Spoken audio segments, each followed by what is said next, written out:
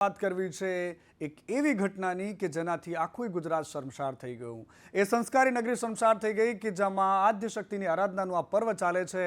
વડોદરા જેવા ગરબા ગુજરાતમાં ક્યાંય દુર્લભ છે, પરંતુ એ વડોદરામાં આ ગરબાના તહેવાર વચ્ચે આદ્ય શક્તિના આરાધનાના પર્વ વચ્ચે જે દુર્ઘટના ઘટી, જે દુષ્કર્મની ઘટના ઘટી, જેને લઈને આખા રાજ્યમાં ફિટકાર વરસી રહ્યો છે। અને આ કેસમાં આખરે આ તમામ નરાધમો, ત્રણે ત્રણ નરાધમોને પોલીસે પકડી પાડ્યા છે। પોલીસ એમની સર્વિસ પણ કરી છે। લંગડાતા પગે ચાલતા એમના આ વિડીયો તમે જોઈ શકો છો।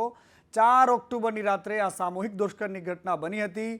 ગુના બાદ આરોપીઓ 48 કલાક વડોદરામાં ફરતા રહ્યા। ઘટનાથી આખા જિલ્લામાં ચકચાર મચી હતી। પોક્સો એક્ટ હેઠળ ગુનો નોંધાયો છે।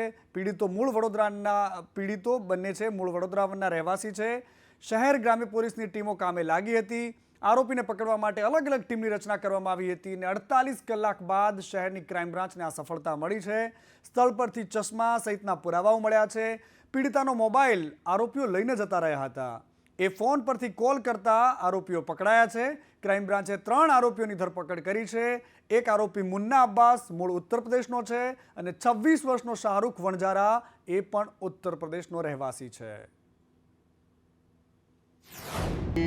ડીવાયએસપી કક્ષાના અધિકારી એની તપાસ કરશે। એને એક સ્પેશિયલ એસઆઈટીની રચના એસપી શ્રીના અધ્યક્ષ સ્થાને કરવામાં આવશે। ડેલી એની મોનિટરિંગ કરવામાં આવશે। એ ટીમમાં જિલ્લાના જે સારામાં સારા તપાસ કરનાર અધિકારી અને કર્મચારીઓ છે એના સમાવેશ કરવામાં આવશે કે જેટલા વહેલામાં વહેલા આપણે કમ્પ્લીટ એવિડન્સની સાથે ચાર્જશીટ કરી શકીએ એ અમારી તૈયારી છે। અને દુષ્કર્મની આ ઘટનાઓ બાદ ગુજરાતની અસ્મિતાની સાથે સાથે ગુજરાતમાં શાંતિ, સુરક્ષા, સલામતીની જે વાતો થાય છે એને લઈને કોંગ્રેસ અને આમ આદમી પાર્ટી વિરોધ કરી રહ્યા છે, પરંતુ ભારતીય જનતા પાર્ટીના નેતાઓ અને ધારાસભ્યો પોલીસને વખાણી રહ્યા છે। શૈલેષ મહેતા ધારાસભ્ય છે ભારતીય જનતા પાર્ટીના, તેમણે પોલીસને અભિનંદન પાઠવ્યા છે કે આ જઘન્ય કૃત્ય કરનાર આરોપીઓને ફાંસીની સજા થવી જોઈએ। આવા આરોપીઓને ક્યારેય છોડી ન શકાય। સમાજમાં દાખલો બેસે તેવી કાર્યવાહીની જરૂર છે। નિર્જન વિસ્તારમાં લાઇટોની વ્યવસ્થા કરવા માટે મેં જાતે સૂચના આપી છે, પરંતુ આ એક મોટો વિષય પણ છે કે જ્યારે શહેરોની અંદર સ્ટ્રીટ લાઇટ બંધ હોય, સીસીટીવી કેમેરા બંધ હોય, ત્યારે આવા પ્રકારના જે નરાધમ તત્વો છે એમને છૂટો દોર મળે છે, એમને બીક નથી રહેતી, એમને પકડવામાં મુશ્કેલ થઈ જાય છે પોલીસ માટે। આ વ્યવસ્થા પણ જોવાની એટલી જ જરૂર છે। જઘન્ય કૃત્ય કરવામાં આવ્યું હતું। એક નાની દીકરી પર આવી રીતના બળાત્કાર કરવો એ ગુજરાતની સંસ્કૃતિ નથી। હું આપના મારફત પોલીસ ખાતાને અભિનંદન આપું છું કે 48 કલાકમાં આવા આરોપીઓને ઝડપી પાડ્યા છે અને આ આરોપીઓને ફાંસીની સજા મળે એના માટે અમે માંગણી કરીએ છીએ અને આ બાબતમાં તમામ ધારાસભ્યો એક છે। અને ગુજરાતમાં વધતા જતા આ જ પ્રકારના ઘટનાક્રમને લઈને, દુષ્કર્મની રોજરોજની ઘટનાઓને લઈને તમામ લોકોમાં ગુસ્સો છે। અને બીજી બાજુ આમ આદમી પાર્ટીના નેતાઓ પણ આજે સુરતમાં વિરોધ કરવા માટે મેદાનમાં ઉતર્યા। મહિલા મોરચાનો આ વિરોધ હતો। કાળા કપડાં પહેરીને મહિલાઓએ વિરોધ કર્યો। ગૃહમંત્રી હર્ષ સંઘવીના રાજીનામાની માંગ કરી। મહિલા સુરક્ષા માટે ગૃહ વિભાગ નિષ્ફળ હોવાની પણ વાત કરી। પોલીસે ધરણા કરતા તમામ લોકોની અટકાયત કરી હતી। ઘર્ષણ થયું હતું થોડી ક્ષણો માટે અને કાર્યકર્તાઓની અટકાયત કરવામાં આવી હતી। આરોપી લોકો, નરાધમો જ્યારે બાળકોની હત્યા કરીને એવી રીતના એક જાણે કે રેપ કેસ કરે છે તો કેમ આજે ચૂપ છે? અમને આજે હર્ષ સંઘવીનું રાજીનામું જોવે છે। મુખ્યમંત્રીને પત્ર આપવા માટે અમે લોકો આવી ગયા છે। એટલે આજે અમે લોકો આ જે હર્ષ સંઘવીજી છે એમને તમામ આમ આદમીની ટીમ તરફથી કહેવા માંગીએ છીએ કે રાજીનામું આપો, કેમ કે પોતાનું રાજ્ય પોતાની સચવાતું નથી। અને એક ઘટના પૂરી થાય કે બીજી ઘટના ગુજરાતમાં તરત જન્મ લે છે। આ જ પ્રકારની ઘટના આણંદમાં પણ સામે આવી। ગરબામાં રમઝટ બોલાવવા ગયેલી એક દીકરીને, 16 વર્ષની દીકરી હતી સગીરા, કે જેના પર ગેંગરેપનો પ્રયાસ થયો છે। આણંદની આ ઘટના છે કે બેડવા ખડીપુરાની એક પ્રાથમિક શાળા કે જ્યાં સગીરાને દારૂ પીવડાવવામાં આવ્યો, એનો પ્રયાસ કરાયો અને ત્યારબાદ દારૂ પીવડાવ્યો જબરદસ્તીથી, અને ત્યારબાદ દુષ્કર્મનો પ્રયાસ કર્યો છે। બેડવા ગામના 3 યુવકો પર આ આરોપ લગાવવામાં આવ્યો છે। સગીરાને સારવાર માટે વડોદરાની હોસ્પિટલમાં ખસેડાઈ છે, પરંતુ આ પણ એટલી જ શરમજનક ઘટના છે જેટલી વડોદરામાં થઈ। શહેરો બદલાતા જાય છે, પરંતુ આ દુષ્કર્મીઓ, આ પાપીઓના ચહેરા નથી બદલાતા।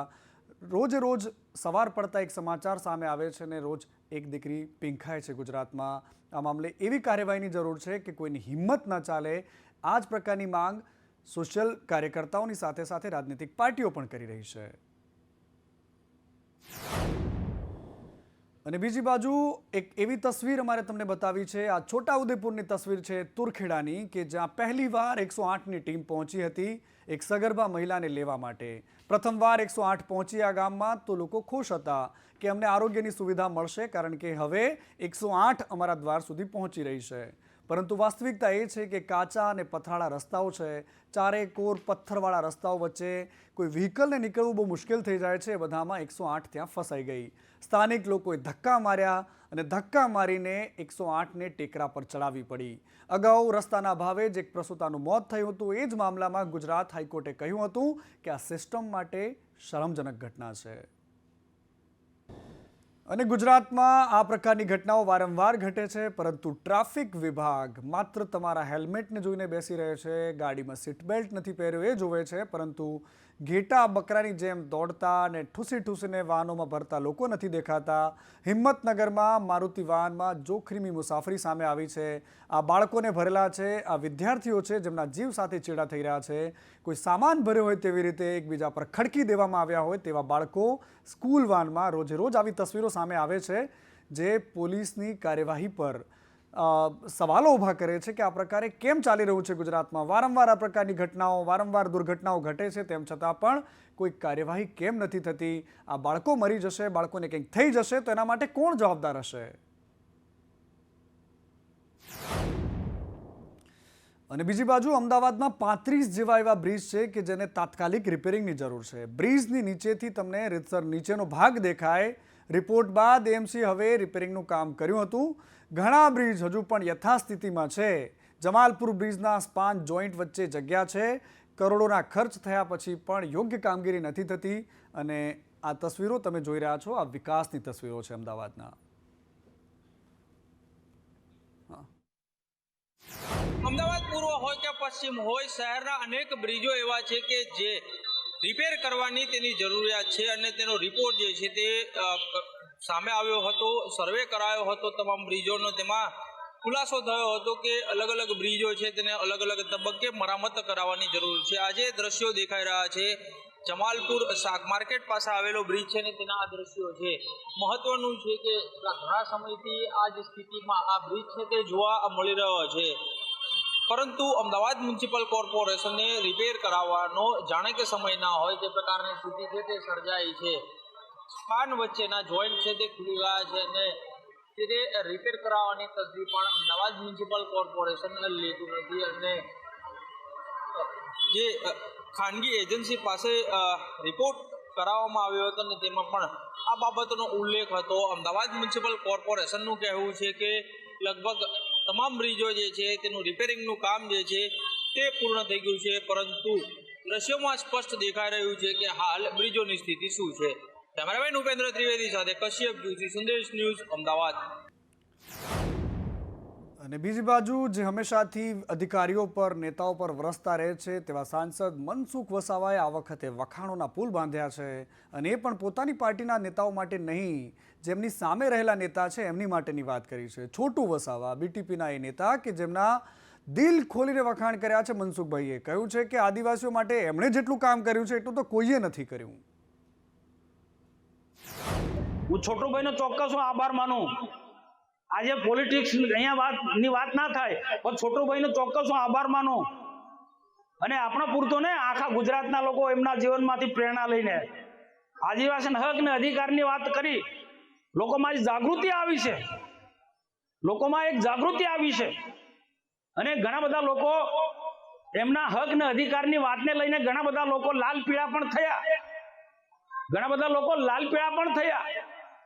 લોકોમાં એક જાગૃતિ આવી. દરેકે દરેક ક્ષેત્રમાં જે જાગૃતિ આવી, ભલે છોટુભાઈ મારા માટે સારું બોલે કે નહીં બોલે, પણ એમનું જે ઉમદા કાર્ય છે એ તો હું જાહેરમાં હું કહું છું, દરેક જગ્યાએ કહું છું.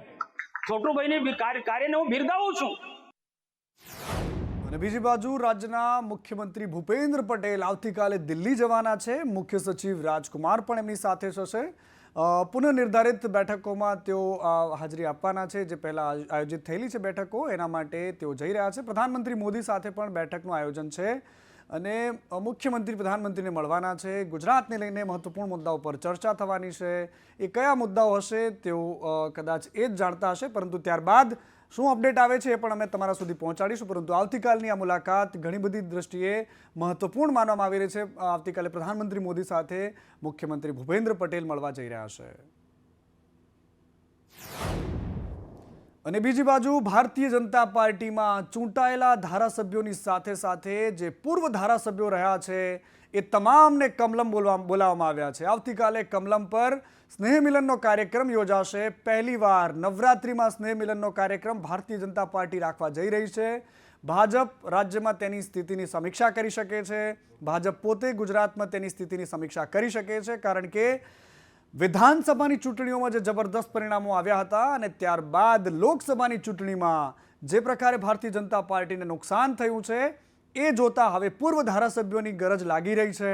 પૂર્વ એ નેતાઓને કે જે ગરડા ગાડું વાળે એ પ્રકારની કહેવત સાથે તમામ લોકોને સાથે લઈને ચાલવા માટે, એ મનમોટાવને દૂર કરવા માટે ભાજપે આ સ્નેહ મિલનનો કાર્યક્રમ રાખ્યો હોય તેવું ચર્ચામાં છે.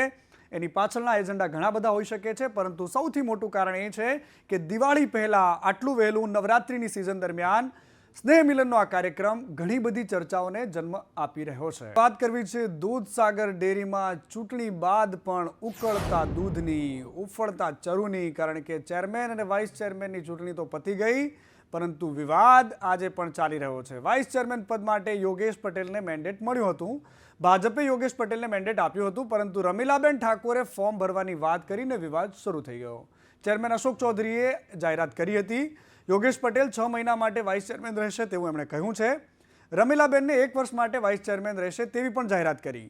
સમગ્ર વિવાદ મુદ્દે વાઇસ ચેરમેન યોગેશ પટેલનું નિવેદન સામે આવ્યું છે. એમણે કહ્યું છે કે અશોકભાઈ પટેલ કોઈ પાર્ટી નથી, મને પાર્ટીએ 1.25 વર્ષ માટે મેન્ડેટ આપ્યું છે તેવી વાત એમણે કરી છે. વાઇસ ચેરમેન માટે પણ અમારા યોગેશભાઈ પટેલને પાર્ટી તરફ મેન્ડેટ આપવામાં આવ્યો હતો. એની અંદર પણ અમારા બધા લોકોએ સમજાવટ કરીને યોગેશભાઈ પટેલ 6 માસ માટે રહેશે અને બાકીના સમય માટે અમારા રમીલાબેન ઠાકોર એમને વાઇસ ચેરમેન તરીકેનું પણ એ અમે બધી આખી પ્રક્રિયા કરી છે. એના કારણે બધા જ સમાજોને, બધા વિસ્તારને પ્રતિનિધિત્વ મળી રહે. પાટણ જિલ્લો હોય, ગાંધીનગર જિલ્લો હોય, હું પોતે મહેસાણા જિલ્લામાંથી આવું છું, એટલે બંને સમાજ પણ સચવાઈ રહે, બંને વિસ્તાર પણ સચવાઈ રહે, એ રીતનું અમે બધાએ મળીને આખું આયોજન કર્યું છે. પાર્ટી નીચું ના ગાલવાનું થાય એ પ્રમાણે મારો વહીવટ હશે. મારા નામનો મેન્ડેટ હતો, પણ છતાં સામે ઉમેદવારી થતી હતી, એટલે મારા થોડુંક પાર્ટીનું મહત્વ રાખીને અમે થોડીક સમજૂતી પણ કરી છે. કહી દીધું છે, મેન્ડેટ મારો હતો પણ સામે ઉમેદવારી થતી હતી, એટલે પાર્ટી એ મહાન છે અને પાર્ટી માટે હું હંમેશા અગ્રેસર રહીને પાર્ટી જે કહે એ પ્રમાણે મારે ચાલવાનું છે.